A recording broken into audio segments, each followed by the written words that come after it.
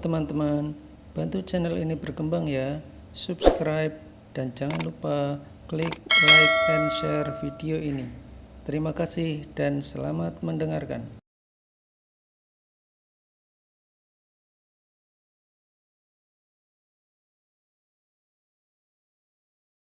Ke-26.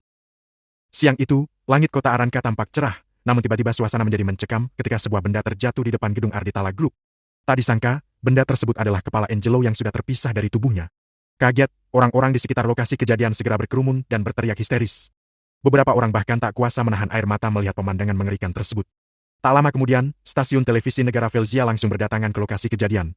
Mereka menyiarkan secara langsung kejadian mengerikan ini karena Arditala Group merupakan salah satu perusahaan terbesar di kota Aranka. Kamera televisi mengarah pada kepala Angelo yang tergeletak di lantai dengan darah mengalir deras. Wajah Angelo tampak pucat pasi dan matanya terbelalak seolah-olah ingin berteriak. Suasana di sekitar lokasi kejadian semakin genting. Polisi pun berusaha keras mengendalikan kerumunan yang semakin membludak dan ingin melihat lebih dekat. Beberapa wartawan berusaha mewawancarai saksi mata dan mengumpulkan informasi sebanyak mungkin. Ketua Arditala Group, Ardian Arditela, keluar dari gedung dan terlihat sangat terpukul. Ia tampak muram dan tak sanggup berkata-kata melihat kepala sang anak yang tergeletak di depan gedung perusahaannya. Siapa yang tega melakukan ini? Gumam salah satu karyawan Arditala Group yang berdiri di samping Bapak Ardian. Mereka harus segera ditangkap dan diadili. Sementara itu, penyelidik kepolisian berusaha mengumpulkan bukti dan memeriksa rekaman CCTV di sekitar lokasi kejadian. Mereka bekerja keras demi menangkap pelaku yang telah melakukan tindakan keji ini. Pada hari itu, kota Aranka seolah berduka. Kejadian mengerikan ini menjadi perbincangan hangat di setiap sudut kota dan menjadi trending topic di media sosial. Tak ada yang menyangka, Angelo yang merupakan pewaris Arditala Group harus tewas mengenaskan seperti itu. Sementara itu, Dimension Dreams berada, terlihat Levin sedang berbaring di paha Cassandra menonton acara televisi di ruang keluarga. Lisa yang melihat hal itu merasa jengah. Bisakah kalian bersikap biasa saja saat ada aku di sini? Tegurnya kesal. Cassandra tersenyum, menatap sahabatnya tersebut dengan tatapan mengejek. Lagian, bukannya bekerja malah kamu bolos, dan juga bukankah kamu ingin kami seperti ini? Sudah abaikan saja, dia hanya iri karena tidak memiliki kekasih. Timpal Levin mengejek. Mendengar hal itu Lisa menggembungkan pipinya, dia merasa kesal dengan pasangan suami istri tersebut. Lisa memalingkan wajahnya meraih remote TV mengganti acara, mencoba mengabaikan mereka berdua. Namun, baru saja dia mengganti channel, terlihat berita tentang kepala Angelo yang ditemukan di depan gedung Arditala Group. Lisa langsung menutup mulutnya tidak percaya, dia refleks melirik Levin dengan wajah memucat. Cassandra yang mendengar berita itu mengerutkan kening. Lisa, bukankah itu Arditala Group? Dan, astaga, itu serius kepala Angelo? Tanyanya tidak percaya sambil menutup mulutnya dengan tangan. Lisa tidak tahu harus menjawab apa, sebelum berita tersebut dirilis saja, dia sudah melihat kepala Angelo yang dibawakan bawahan Levin. Awalnya dia tidak ingin percaya. Tetapi saat melihat berita tersebut dia benar-benar tidak menyangka kalau pria yang selama ini dikenal dengan lemah dan miskin itu memiliki latar belakang yang mengerikan. Bukankah dia pantas mendapatkannya? Lagian siapa suruh bersikap arogan? Apa dia pikir hanya dia yang memiliki kekuasaan di dunia ini? Ujar Levin seraya beranjak duduk, menatap televisi dengan tatapan santai. Lisa yang melihat hal itu menelan ludah, wajahnya berubah pucat pasi dan gugup. Karena dia tahu siapa yang membunuh Angelo dengan cara keji seperti itu. Sayang, kamu tidak boleh bicara seperti itu. Kau tegur Cassandra lembut. Kenapa? Apa kamu sedih karena pria pilihan keluargamu tewas dengan cara seperti itu? Tanya Levin dengan nada dingin. Cassandra menatap sang suami dengan seksama, dia yakin kalau Levin benar-benar telah berubah. Dari sorot matanya saja sudah tidak terlihat dia memiliki belas kasihan sama sekali. Lisa beranjak dari duduknya. Sandra, aku lupa ada sesuatu yang harus kulakukan, aku pergi dulu. Ucapnya seraya bergegas pergi dari ruangan tersebut. Bukankah kamu bilang hari ini mau ambil cuti? Seru Cassandra melihat sahabatnya buru-buru pergi. Namun, Lisa tidak menyahut sama sekali, dia terlihat sangat terburu-buru untuk pergi. Levin beranjak dari duduknya. Biar aku antar Lisa, kamu tetaplah di sini. Aku yakin orang tuamu akan menelpon sebentar lagi. Ucapnya seraya mengejar Lisa dengan santai. Cassandra hanya mengangguk patuh, benar saja baru Levin melangkah. Ibu Cassandra langsung menelpon, terdengar suara ketakutan dari seberang telepon. Ibu Cassandra yang memiliki hubungan dekat dengan Angelo tentu saja ketakutan. Ditambah dia juga menginginkan Angelo agar menikahi Cassandra dan sudah mendapatkan banyak hadiah dari pria itu. Wajar kalau dia takut dan akan menjadi sasaran orang yang telah membunuh Angelo, karena menurut berita kejadian yang menimpa Angelo pasti berhubungan dengan orang-orang terdekatnya. Sementara itu, Lisa terlihat menuju garasi Mansion Dreams dengan wajah ketakutan, sambil berjalan dia mencari kunci mobilnya dengan gugup. Sesampainya di garasi, Lisa dikejutkan oleh sopir Levin yang sudah menunggunya di sana. Nona, Tuan ingin bicara dengan Anda, tolong tunggu sebentar. Ucapnya sopan. Bicara denganku. Ada masalah apa ya? Tanya Lisa gugup dan takut. Lisa benar-benar tidak tahu harus berbuat apa, tubuhnya gemetaran, rasa takut dan cemas bercampur menjadi satu. Karena dia tidak ingin bernasib sama dengan Angelo. Levin tiba-tiba sudah ada di belakang Lisa, menyampirkan jasnya yang ketinggalan di bahu Lisa. Jasmu ketinggalan, kenapa sangat buru-buru sekali? Apa ada yang mengganggumu? Lisa tersentak kaget saat mendengar suara Levin. Dia langsung ambruk di tanah, memeluk kaki Levin. Tuan Manes, tolong lepaskan saya. Ucapnya sembari menangis. Apa maksudmu? Tanya Levin datar. Lisa mendongak dengan air mata berlinangan membasahi pipinya karena saking takutnya terhadap Levin. Saya tidak akan memberitahu siapapun, saya janji. Ucapnya lagi. Levin mengulas sebuah senyum, dia memapah Lisa untuk berdiri, menghapus air matanya.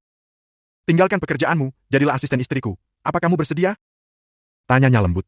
Tanpa ragu Lisa langsung mengangguk. Baik, saya akan melakukannya. Saya akan mengundurkan diri sekarang juga. Jawabnya mantap walau ketakutan.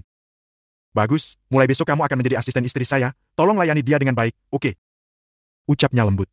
Lisa mengangguk-anggukan kepalanya, walau ucapan Levin sangat lembut, baginya itu seperti sebuah ancaman yang menakutkan. Setelah mengatakan itu, Levin meminta sopir untuk mengeluarkan mobil Lisa dari garasi, membiarkannya pergi. Di ruang rapat Arditala Group, wajah para direksi tampak cemas dan pucat. Mereka baru saja menerima berita mengenai kematian anak pemimpin perusahaan yang tewas mengenaskan. Tak lama kemudian, mereka mendapati saham perusahaan mereka anjlok secara drastis akibat serangan yang sengaja dilakukan oleh pihak yang tidak dikenal. Ketegangan di ruangan semakin terasa saat salah satu direksi mengucapkan, "Apa yang sebenarnya terjadi?" Seorang direksi lain menimpali dengan nada ketakutan. "Astaga, apakah mereka memang mengincar kita?" Kemarahan bercampur kebingungan terpancar dari wajah seorang direksi yang mengepalkan tangannya. "Brengsek! Siapa orang yang melakukan ini?" Ruang rapat yang semula tenang, kini terasa sesak oleh kepanikan dan rasa takut yang menyelimuti para jajaran direksi Arditela Group. Mereka saling berdiskusi, mencoba mencari tahu siapa dalang di balik serangan ini dan bagaimana mereka bisa mengatasi krisis yang sedang melanda perusahaan. Wajah-wajah mereka semakin terlihat letih dan putus asa, mereka tidak tahu harus berbuat apa, karena serangan tersebut seolah disengaja. "Apakah kita harus menelpon Tuan Arditela?" Tanya salah satu direksi. "Tidak mungkin! Tuan Arditela sedang berkabung sekarang!" Jawab wakil direktur kesal. "Lalu kita harus bagaimana?" Terlihat semua jajaran direksi yang berada di ruang rapat kebingungan dengan rentetan masalah yang tiba-tiba menimpa Arditela Group. Bab ke-27. Berita mengenai kekisruhan di Arditela Group menjadi sorotan utama di setiap stasiun televisi. Wajah-wajah para reporter yang penuh semangat terlihat berlomba-lomba untuk memberikan berita terbaru seputar perusahaan raksasa yang berada di kota Aranka tersebut. Di tengah hiruk-pikuk para wartawan, ada beberapa di antaranya yang menggali lebih dalam, menyingkap rahasia-rahasia kelam yang sempat terlupakan dari perusahaan tersebut.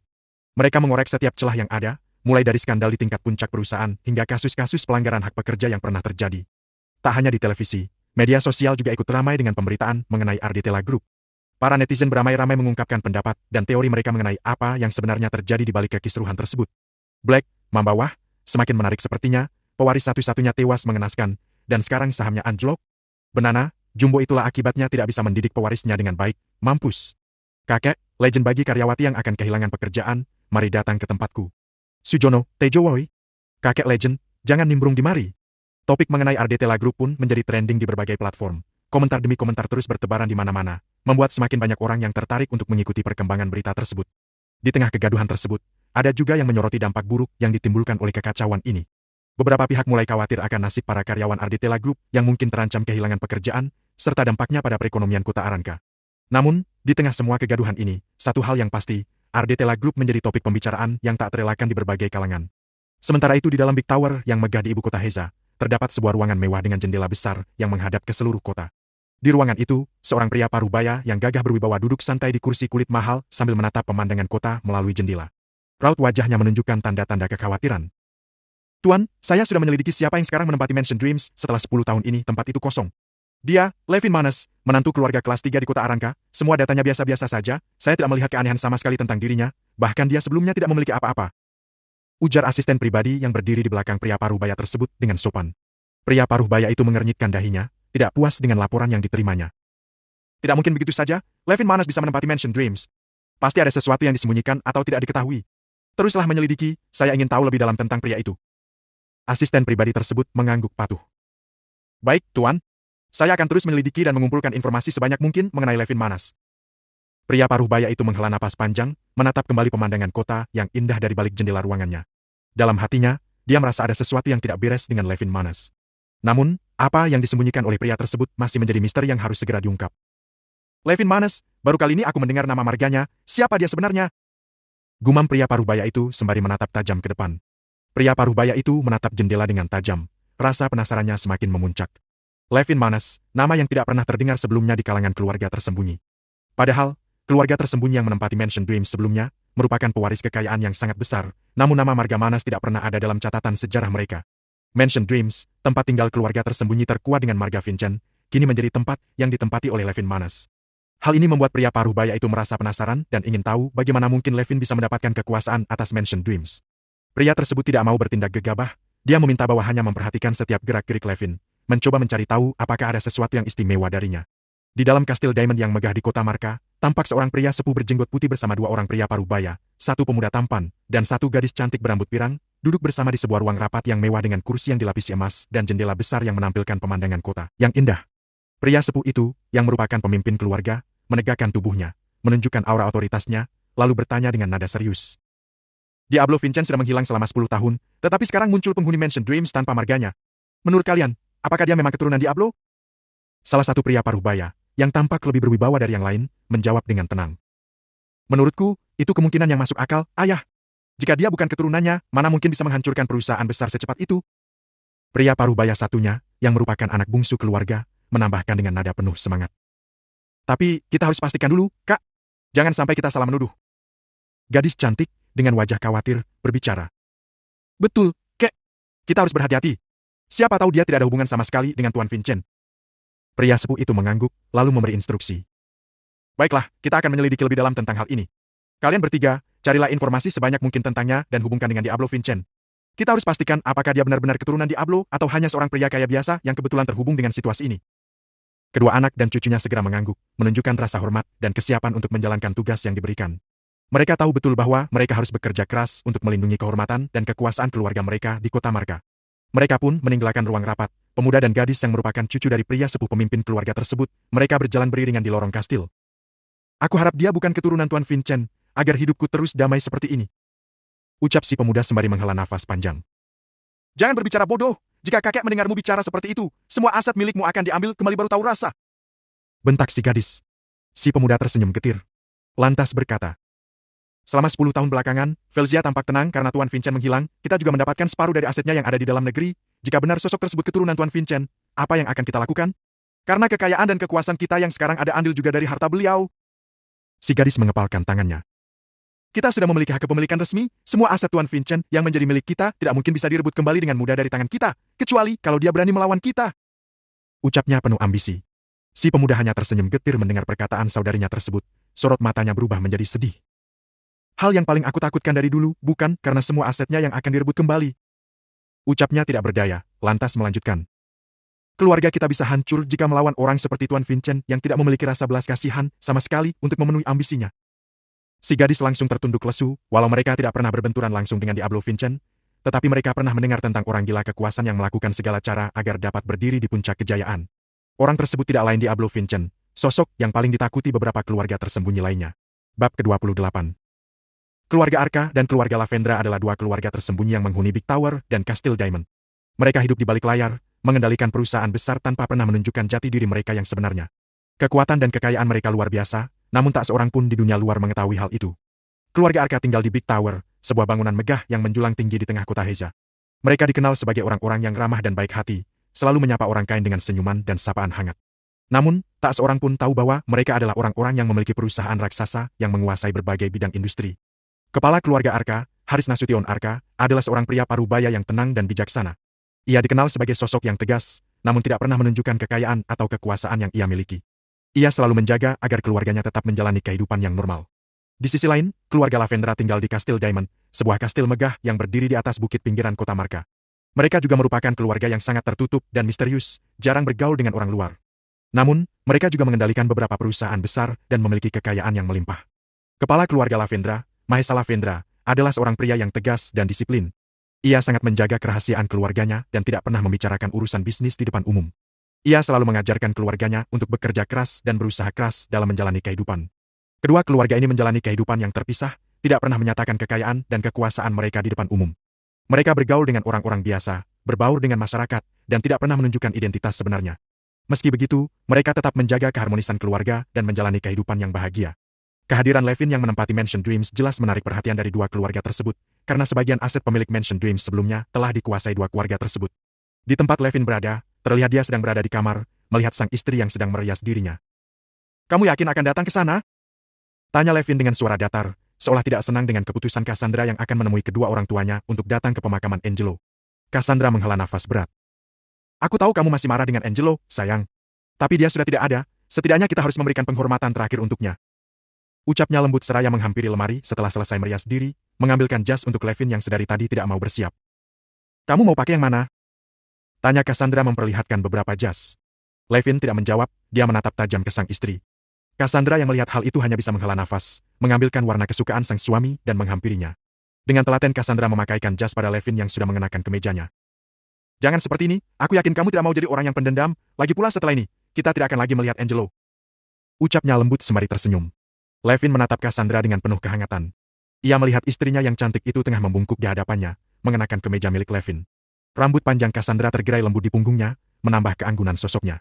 Terbersit di wajah Levin, rasa syukur dan cinta yang tak terhingga pada sang istri yang telah bersamanya dalam suka dan duka. Mereka berdua pernah merasakan pahitnya kehidupan, di mana keluarga Cassandra dan orang-orang di sekitar mereka seringkali merendahkan dan menghina mereka. Namun, Cassandra selalu menghadapinya dengan tabah dan tak pernah menunjukkan rasa sedih atau marah. Ia selalu berdiri teguh di samping Levin, memberinya dukungan dan semangat untuk terus melawan stigma yang dilekatkan pada mereka.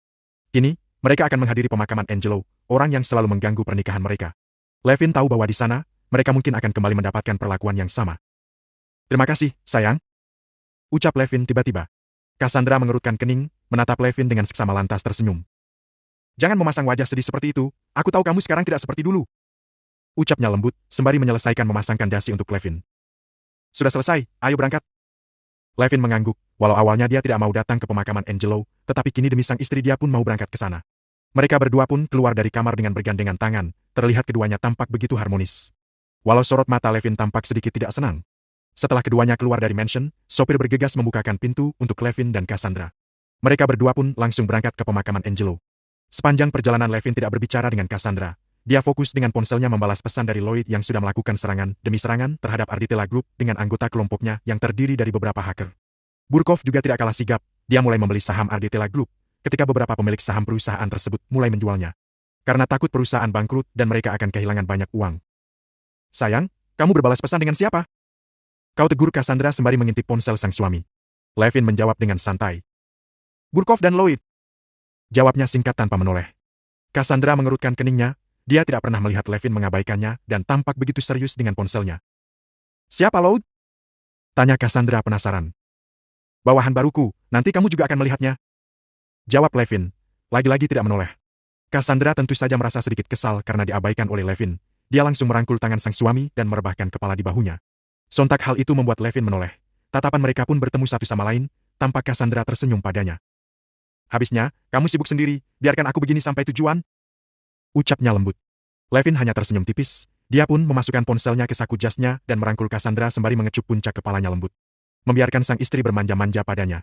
Setelah setengah jam perjalanan, mereka sampai di pemakaman Angelo. Terlihat di sana sudah ramai orang-orang yang begitu menghormati keluarga Arditella. Levin dan Cassandra turun dari mobil, tampak Cassandra mencari keluarganya yang seharusnya sudah datang terlebih dahulu.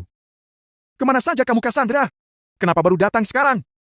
Bentak seseorang tiba-tiba dari belakang, membuat Cassandra terlonjak kaget dan menoleh ke belakang. Terlihat kedua orang tuanya yang sedang bersama keluarga besar Norma menghampiri mereka berdua. Mereka semua menatap Levin dan Cassandra dengan tatapan sinis, karena yang lain mengenakan pakaian berkabung, sementara mereka berdua seperti akan pergi ke pesta. Apa kalian berdua sudah gila? Datang kemari dengan pakaian seperti ini? Kau tegur Lizia, kakak Cassandra dengan marah. Cih, kalian memang pantas menjadi pasangan, tidak tahu tempat di mana harus menyesuaikan diri dengan keadaan. Timpal paman Cassandra. Wina, ibu Cassandra menarik tangan Cassandra. Sudah aku bilang, cepat ceraikan dia, agar kamu tidak terpengaruh dengan pemikiran bodohnya. Sudah miskin bodoh. Keluhnya terlihat kesal. Levin menyipitkan matanya. Dia tidak habis pikir, baru saja datang sudah dicecar berbagai hinaan dari keluarga istrinya. Dia melangkahkan kakinya ke depan, baru saja mau berbicara tiba-tiba seseorang menegur mereka. Jadi ini keluarga Norma yang selalu dibicarakan Angelo? Ucap seseorang, membuat semua keluarga Norma menoleh ke arah suara, begitu juga dengan Levin. Bab ke-29. Levin mengerutkan kening saat melihat seorang pria berjalan anggun mendekati mereka. Pria itu tampaknya seumuran dengan Angelo, dengan rambut hitam legam yang tergerai panjang dan tatapan tajam yang menunjukkan otoritas. Wajah keluarga Norma berubah seketika, mereka bisa merasakan aura yang dikeluarkan oleh pria tersebut. Tetuan muda Leston, senang bertemu dengan Anda. Sapa Billy dengan suara gemetar. Tubuhnya sedikit membungkuk dalam hormat, menunjukkan rasa takut dan kewaspadaan. Seluruh anggota keluarga Norma mengikuti tindakan Billy, membungkuk hormat dengan ekspresi yang sama, kecuali Levin. Levin, yang tetap berdiri tegak, memandang pria itu dengan pandangan tajam. Dia tidak menyembunyikan rasa penasarannya tentang siapa pria ini dan mengapa keluarganya begitu takut padanya. Cassandra yang sebenarnya mengenal Liston dan ingin mengikuti jejak keluarganya untuk membungkukkan badan, akan tetapi tangan Levin menahan bahunya dengan erat, memberi isyarat agar Cassandra tidak melakukannya. Liston tersenyum sinis melihat reaksi Levin. Dia menatap Levin dengan tatapan yang penuh tantangan, seolah menguji keberanian pria itu. Tegangan di antara mereka semakin terasa, membuat suasana di sekitar mereka menjadi semakin menegangkan. Momen itu terasa seperti berjam-jam, namun pada kenyataannya hanya berlangsung beberapa detik saja. Keluarga Norma masih belum bisa menghela napas lega, mereka sadar betul siapa pria yang mereka hadapi ini dan apa yang mungkin terjadi selanjutnya. Daniel Liston, yang melihat Levin tidak menaruh hormat padanya tersenyum sinis. Jadi kau, menantu miskin keluarga Norma itu? Pantas saja semua orang membicarakanmu, bukan hanya miskin, kau juga bodoh tidak mengenali siapa orang yang ada di hadapanmu. Ucapnya mengejek. Billy yang mendengar hal itu menelan ludah, dia segera buka suara. Tuan muda Liston, dia akan segera bercerai dengan anak saya, sebentar lagi tidak akan ada hubungan dengan kami, tolong Anda jangan salah paham. Perkataan Billy diikuti anggukan keluarga Norma lainnya yang tampak ketakutan dengan Daniel yang merupakan anak dari sosok ternama juga di kota Aranka. Keluarga Liston menempati urutan ketiga keluarga terkaya di kota Aranka. Namun, mengingat keluarga Ardetela akan hancur, otomatis keluarga mereka akan menjadi keluarga nomor 2 paling disegani mengambil posisi keluarga Ardetela. Daniel menatap Cassandra dengan seksama dari atas sampai bawah. Pantas saja Angelo tergila-gila padamu, Nona Cassandra. Ternyata kau memang sangat cantik seperti rumor yang beredar. Namun sayang sekali. Ucapnya lembut sembari menatap Levin yang berdiri di samping Cassandra dengan tatapan hina. Kamu lebih memilih pria miskin ini dan hidup sengsara. Cassandra akan buka suara, tetapi Levin menahannya. Dia berdiri di depan Cassandra, berhadapan langsung dengan Daniel. Apa hebatnya menjadi kaya dari warisan orang tuamu? Jika kau belum memiliki perusahaan sendiri tidak usah arogan, faktanya kau tidak akan bisa hidup di tengah masyarakat tanpa bantuan uang dari keluargamu, berbeda denganku. Ucapnya mengejek, sembari menyeringai penuh arti. Perkataan Levin sontak saja membuat seluruh keluarga Norma tercengang, mereka melebarkan rahangnya. Karena tidak percaya jika Levin akan berani menantang Daniel. Levin! Billy baru saja mau bicara Levin mengangkat tangannya, dia menoleh ke arah mertuanya yang selama ini menginjak-injak harga dirinya dengan tatapan tajam, membuat Billy merinding merasakan aura Levin yang berbeda. Sebenarnya aku sudah muak dengan kalian semua uang, hanya bisa melontarkan omong kosong dan menjilat orang-orang sepertinya hanya demi mendapatkan keuntungan yang sedikit. Ucap Levin sambil menunjuk wajah Daniel, sementara tatapan matanya masih terfokus pada sang mertua. Cassandra menatap Levin dengan seksama, dia benar-benar melihat suaminya sangat berubah. Tidak ada sorot mata ketakutan di matanya lagi seperti dulu. Bawahan Daniel yang melihat Levin menunjuk wajah tuan mudanya, mereka langsung maju ke depan, berniat membekuk Levin. Namun, siapa yang menyangka hanya dalam sekejap mereka dibantu gak Levin satu persatu hingga terkapar di tanah. Sontak saja hal itu membuat semua orang yang melihatnya terkejut, mereka semua tidak menyangka Levin akan melakukan hal tersebut. Sial! Gerutu Levin sembari membenarkan dasi dan jasnya, lalu menatap Daniel. Hei anak manja! Kau kira aku akan takut dengan keluargamu yang memiliki kekayaan tidak seberapa itu? Hardiknya sembari mendekati Daniel. Daniel berkeringat dingin, tanpa disadari dia berjalan mundur, mencoba menghindari bertatap muka langsung dengan Levin. Naim, Levin segera meraih kepala Daniel agar dia tidak menghindar dan menatapnya dengan tajam. Dengar baik-baik, bisa saja aku meruntuhkan keluargamu sekarang juga. Ucapnya sinis. Levin kemudian menyeringai, melihat Daniel tampak takut padanya. Tapi sayang, keluargamu bukanlah lawan sepadan untukku. Setelah mengatakan itu Levin menghempaskan Daniel, hingga dia jatuh terduduk di lantai bersama para pengawalnya yang meringkuk kesakitan. Keluarga Norma yang menyaksikan hal itu hanya bisa diam terpaku. Mereka tidak berekspektasi kalau Levin akan seberani itu.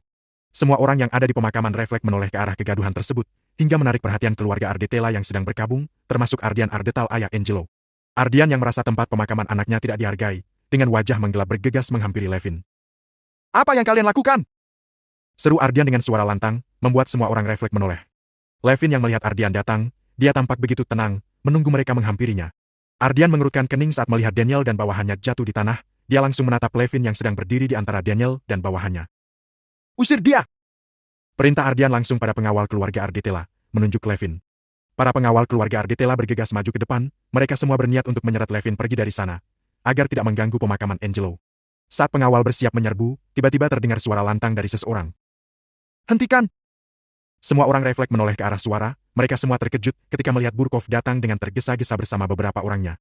Jelas semua orang mengenal Burkov, mengingat dia merupakan orang yang mengelola Monastarium Group, perusahaan terbesar di kota Aranka selama 10 tahun belakangan. Tuan Zelakov! Sapa semua orang sopan, sembari sedikit membungkukkan badan untuk menghormatinya. Namun, Burkov tidak peduli dengan mereka semua, dia bergegas menghampiri Levin bersama orang-orangnya. Ketika Burkov sudah tiba di depan Levin bersama orang-orangnya, mereka semua langsung membungkukkan badan. Tuan dan Nyonya Manes, Anda harusnya tidak perlu datang kemari, biar kami yang mewakili Anda. Ucap Burkov sopan. Ucapan dan sikap Burkov bersama orang-orangnya, tentu saja membuat semua orang di sana bagai melihat hantu di siang bolong. Mereka tidak percaya dengan apa yang sedang terjadi di hadapannya. Astaga, apakah aku sedang bermimpi? Menantu miskin keluarga Norma, dihormati Tuan Zelakov? Apa ini seperti sebuah drama dalam televisi? Sepertinya aku mulai berhalusinasi. Tidak mungkin orang miskin jadi kaya mendadak, bukan? Satu persatu semua orang yang ada di sana mulai berbisik-bisik satu sama lain, karena tidak percaya apa yang mereka lihat. Seorang Levin Manas yang selalu dihina dan terkenal karena sangat miskin begitu dihormati Burkov Zelakov, seorang CEO perusahaan terbesar di kota Aranka. Bab ke-30. Suasana di pemakaman Angelo mendadak hening ketika Burkov, CEO perusahaan terbesar di kota Aranka, tiba dengan langkah pasti dan wajah serius. Orang-orang yang hadir, termasuk keluarga Arditela, Norma dan Daniel Liston, tercengang menyaksikan pria berkuasa itu memberikan hormat pada Levin dan Cassandra yang sebelumnya dihina karena kemiskinan mereka. Tuan Zelakov, apa yang sebenarnya terjadi? Tanya Ardian Arditela dengan bingung dan tak bisa menyembunyikan rasa penasaran. Burkov menatap Ardian dengan sinis, mengangkat dagunya dengan arogansi. Ketahuilah tempatmu, Ardian Arditela, ujarnya dengan suara dingin. Mereka yang kalian hina selama ini, memiliki nilai yang lebih besar daripada yang kau anggap. Kau tak pantas merasa sombong hanya karena kekayaanmu yang tak seberapa itu. Wajah Ardian memerah, dihantam rasa malu dan tidak percaya, dia benar-benar terpukul dengan kebenaran yang dikatakan Burkov. Sementara itu, Levin dan Cassandra hanya diam, memperhatikan Burkov mengintimidasi orang-orang yang meremehkan mereka berdua. Pemakaman yang sebelumnya penuh kesedihan kini diselimuti suasana canggung dan ketidakpercayaan, membuat semua orang di sana sadar betapa tidak pantasnya mereka menghakimi orang lain hanya berdasarkan kekayaan dan kedudukan. Tidak mungkin. Ardian menggelengkan kepala, masih tidak percaya apa yang telah Burkov katakan. Tuan Zelakov, Anda pasti sedang bercanda, bukan? Burkov menatap sinis Ardian, dia lantas menjawab. Kedatanganku kemari awalnya untuk menghormati pemakaman anakmu, tetapi karena kau sudah menghina Tuan dan Nyonya Manas, biar aku beritahu tujuanku sebenarnya. Dia diam sebentar, menatap Levin untuk memberikannya hak bicara. Levin menganggukkan kepalanya pada Burkov menandakan kalau dia memberikan izin. Burkov balas mengangguk, dia kembali menatap Ardian. Saham Ardital Group anjlok dengan signifikan setelah semua rahasia tentang anakmu yang menggunakan kekuasaannya untuk menekan masyarakat kalangan bawah terungkap. Para pemilik saham Arditela Group sudah menjual saham mereka dan Manastarium Group membeli semuanya. Kami sekarang memiliki 53% saham Arditela Group dan akan mengajukan rapat saham segera. Lebih baik Anda datang di rapat saham tersebut. Mendengar hal itu Ardian terkejut, dia tidak percaya dengan perkataan Burkov. Tidak mungkin. Kemarin masih baik-baik saja. Ujarnya dengan suara lantang. Burkov tersenyum tipis. Di saat seperti ini, harusnya Anda tidak mematikan telepon, saya tunggu di ruang rapat. Ucapnya sinis. Burkov menatap ke Levin kembali. Tuan dan Nyonya Manas, lebih baik kita pergi dari sini. Anda tidak pantas berada dalam gerombolan batu sungai yang berserakan di tempat ini. Ucapnya sopan sembari menyindir orang-orang yang ada di sana. Levin tersenyum tipis mendengar ucapan Burkov. Orang berkelas memang berbeda jika sedang menyindir orang yang dibencinya. Mari Tuan dan Nyonya. Burkov dan orang-orangnya memberikan jalan pada Levin dan Cassandra. Levin menggenggam tangan sang istri yang sedari tadi hanya diam memperhatikan kejadian tersebut. Sebentar. Ucap Levin sembari menoleh ke Ardian sembari tersenyum. Sebaiknya minta keluargamu untuk segera pergi dari kota ini, sebelum anak buahku yang sudah terlanjur marah, mengincar mereka juga, itu juga berlaku untukmu, Daniel Liston. Setelah mengatakan itu, Levin menggandeng Cassandra pergi dari sana. Burkov dan orang-orangnya juga ikut pergi setelah menaruh bunga berkabung untuk keluarga Arditela. Semua orang menatap rombongan mobil Levin yang meninggalkan pemakaman. Mereka tidak bisa berkata-kata untuk menggambarkan situasi yang telah terjadi. Saat mereka semua sedang mencerna apa yang sebenarnya terjadi, kenapa Levin tiba-tiba begitu dihormati Burkov? Tiba-tiba ponsel Daniel berdering dengan keras, membuat semua orang tersadar dan refleks menoleh ke Daniel semuanya. Daniel bergegas mengangkat panggilan tersebut karena di layar menunjukkan nama ayahnya. Hah! Dasar anak bodoh! Siapa yang telah kau singgung sekarang? Apa kau ingin menghancurkan keluarga Liston? Teriak ayah Daniel di seberang telepon sebelum Daniel berbicara. Kau pulang sekarang! Sebelum aku menyeretmu pulang dengan paksa. Lanjut ayah Daniel di seberang telepon dengan suara menggelegar dan langsung mematikan panggilannya. Tubuh Daniel langsung lemas seketika, dia menjatuhkan ponselnya dan menatap iring-iringan mobil Levin yang sudah mulai menjauh dari pemakaman, wajahnya berubah menjadi pucat pasi. Sekarang dia sadar telah melakukan kesalahan besar karena berani menyinggung Levin Manas. Melihat perubahan ekspresi Daniel, semua orang ikut menelan ludah, mereka yakin telah terjadi sesuatu dengan keluarga Daniel. Keluarga Norma seketika langsung ketakutan, mereka tidak habis pikir menantu miskinnya bisa membuat dua keluarga terkaya di kota Aranka seketika langsung tidak berdaya. Sementara itu di dalam mobil Levin, terlihat dia tetap santai sambil menggenggam tangan istrinya. Cassandra tampak memperhatikan wajah sang suami terus-menerus. Dia bertanya-tanya dalam hati, apakah pria di sampingnya itu benar-benar suaminya? Burkov, yang duduk di depan bersama sopir, mengeluarkan berkas berisi kepemilikan saham Arditela Group yang sudah dikemas dengan rapi. Dia lantas menyerahkannya pada Levin. Tuan, Anda hanya perlu menandatangani berkas-berkas tersebut, maka 53% saham Arditela Group akan berganti ke nama Anda dan tinggal mengesahkannya besok saat rapat saham. Semua jajaran hukum kita juga sekarang sedang mengurus proses legalitasnya. Ucap Burkov sopan. Terima kasih. Levin melepaskan genggaman tangannya dari Cassandra. Dia menerima berkas tersebut dan memberikannya pada sang istri. Cassandra tentu saja bingung. Dia tidak menerima berkas itu dan bertanya, "Kenapa diberikan padaku?" Levin mengulas sebuah senyum. Dia meraih tangan sang istri dan meletakkan berkas tersebut padanya. "Manastarium Group sepenuhnya milikku. Biar adil kamu juga harus memiliki nama di sebuah perusahaan besar. Ditambah aku juga tidak bisa mengelola perusahaan. Kamu tahu sendiri aku hanya lulusan sekolah dasar, bukan? Jadi, kamu yang akan memimpin dua perusahaan ini. Dan kamu tenang saja. Burkov akan membantumu. Aku juga sudah meminta Lisa untuk mengundurkan diri dari tempat kerjanya agar menjadi asisten kamu." Ucapnya lembut sembari tersenyum. Cassandra hanya bisa terdiam sambil menatap wajah sang suami. Dia tidak habis pikir masa di mana dirinya akan menjadi seorang pemimpin perusahaan besar segera terwujud. "Burkov, aku titip istriku, bantu dia dengan baik," lanjut Levin sembari menatap Burkov. "Tentu tuan, saya tidak akan mengecewakan Anda," jawab Burkov mantap. Levin tampak terlihat santai, tapi tidak dengan Cassandra yang masih tidak percaya dengan apa yang dialaminya. Dia tidak tahu harus terkejut seperti apa lagi. Karena kekayaan suaminya sudah di luar pemahaman dirinya. Cassandra menghirup nafas dalam-dalam lantas membuangnya. Dia bersandar di kursi mobil sambil menatap berkas-berkas di tangannya. "Jangan terlalu dipikirkan, jika kamu butuh sesuatu bilang saja, aku akan membuatmu nyaman duduk di kursi pemimpin," kau tegur Levin yang tahu kalau sang istri masih terkejut. "Rasanya aku tidak tahu harus berkata apa lagi, padamu. Kejutan demi kejutan yang kamu berikan sudah di luar imajinasiku, seolah aku telah menikahi orang yang sama sekali tidak aku kenal," ucap Cassandra pelan. Levin meraih dagu Cassandra agar menatapnya. Dia tersenyum penuh arti. "Mulai sekarang aku tidak akan membiarkan seorang pun menindasmu, sudah waktunya aku membahagiakanmu, sayang." Cassandra mengangguk pelan sembari tersenyum tipis. Dia langsung merebahkan kepalanya di bahu sang suami. Walau masih bingung dengan perubahan signifikan kehidupan suaminya, tetapi dia mencoba untuk tetap berusaha memahami Levin.